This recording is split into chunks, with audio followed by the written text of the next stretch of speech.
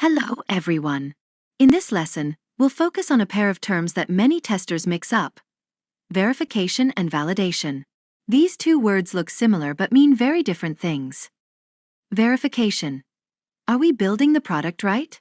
Checking if the system meets the documented requirements. Validation. Are we building the right product? Checking if the system meets user and business needs. Even if a product passes verification, all requirements tested, all defects fixed, it might still fail validation.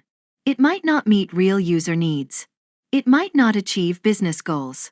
It might still be worse than competitor products. That's why verification alone doesn't guarantee success. Validation is essential too. Now let's look at a sample ISTQB style quiz question. Option A. Validating plus requirements. Wrong combo. Requirements equals verification, not validation. Option D. Verifying plus user expectations. Wrong combo again. User needs equals validation, not verification. See what they did? They swapped the keywords to confuse you. Option C. Initiating errors is never a test objective. Option B. Causing failures and identifying defects. Yes. Correct answer. B. Lesson learned. Verification equals requirements. Validation equals user, business needs. Be careful.